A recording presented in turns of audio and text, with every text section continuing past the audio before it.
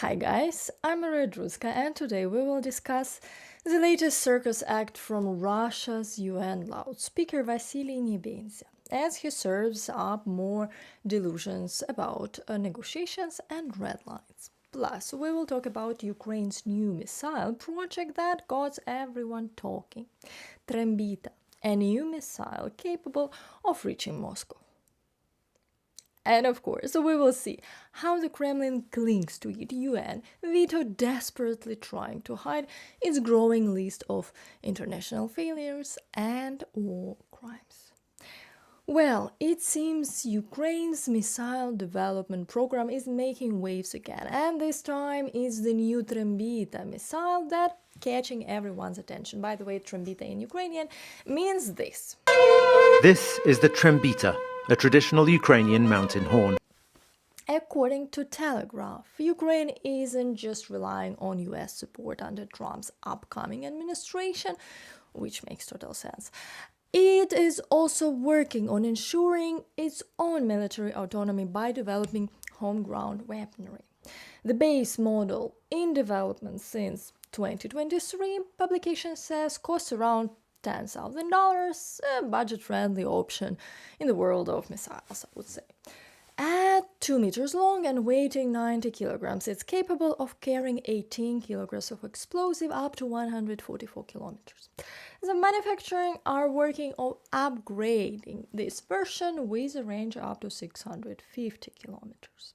Sure, it will cost more than the budget model, but it could still be the cheapest long-range missile on the market. Meanwhile, The Economist previously wrote too, revealing that Ukraine has over 10 missile projects in the work, with plans for serial production of 3,000 missiles by the end of 2025. Trembita is just one of these projects, boasting a base model with a speed of 400 km per hour and a flight range of 200 km, publication said. The Trembita isn't just about defense, it's a clear message to Moscow that Ukraine is more than capable of striking back. For years, Russia banked on Ukraine being dependent on Western aid for its arsenal. But now, Ukraine's building its own weapons, expanding its range, and making it clear that no Kremlin bunker is too far. Before I continue, I want to thank all of you who sent coffees on Buy Me a Coffee and become patrons. Please do so if you want more videos on my channel. You can also help this channel by subscribing to it and like this video, because it will definitely help Ukrainian content to be seen by more people, and hopefully more people will hate Russia. I also suggest subscribe to my Twitter page, where I post regular updates about the situation in Ukraine, and to my Instagram, where I show the daily life in Ukraine. Russia's permanent representative to the UN, Vasily Nebenzya, has once again blessed us with his pearls of wisdom. And this time he has declared that countries like Germany and Japan will never get a permanent seat on the Security Council. And I quote, "They won't get a seat, not just as much as they see their own ears, but even less." Poetic, isn't it?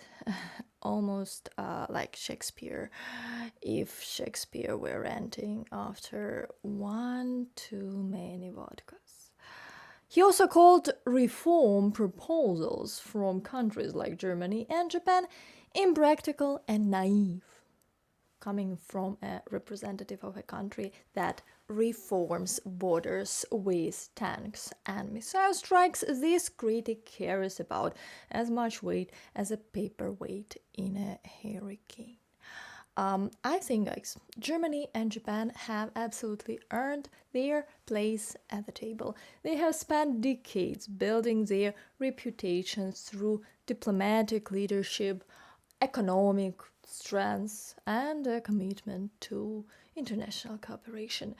Meanwhile, Russia's seat, let's be honest, it's less about merit and more about a historical technicality from 1945.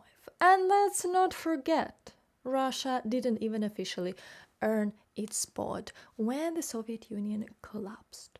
They simply declared themselves the successor state, and the world, dealing with the chaos of the time, just kind of shrugged and went along with it. If you ask me, that raised some serious questions about the legitimacy of Russia's position on the Security Council. And let's talk about the Security Council itself. It's supposed to be about security, right? I mean, that's literally in the name. But what we are seeing instead is a place where decisions are blocked, not to uphold peace, but to protect Russia's criminal regimes and let war criminals walk free. If the UN wants to stay relevant, I think it's going to have to wake up and reflect on the realities of the 21st century. So, Mr. Nebenzya, enjoy your seat for now. The world is moving on, and as history shows us, even the most permanent agreements have a way of becoming temporary.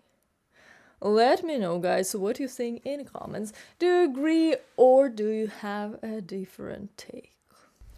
The team of US President-elect Donald Trump has yet to propose anything interesting to Moscow regarding the end of the war in Ukraine, said Russia's permanent representative to the UN, Vasily Nebenzya. He said, I quote, "These are vague, unstructured signals about some readiness for something. We often hear the phrase freezing the conflict. President Putin clearly and distinctly outlined on December 19th the conditions under which we are ready to talk not about freezing the conflict but about ending it. But so far, none of the signals from the new US administration indicate anything that would be of interest to us," Nebenzya said in an interview with the TV channel Russia 24. He also claimed that recent signals of potential agreements have been coming from the Ukrainian side, but that they cannot be taken seriously, he said. The question is when Zelensky will finally want to sit at the negotiation table, and hypothetically on which front line that will happen. The longer he delays, the worse the conditions will be for him. He has been told this many times.